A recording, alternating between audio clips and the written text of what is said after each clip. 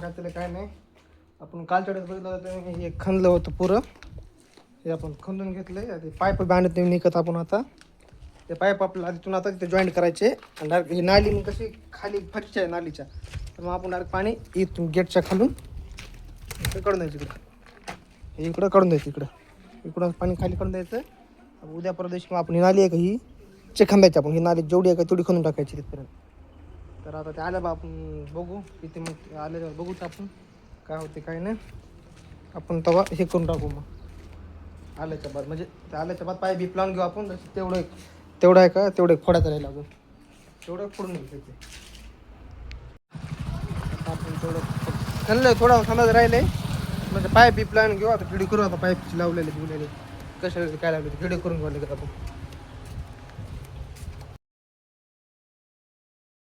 hello तर काय म्हणू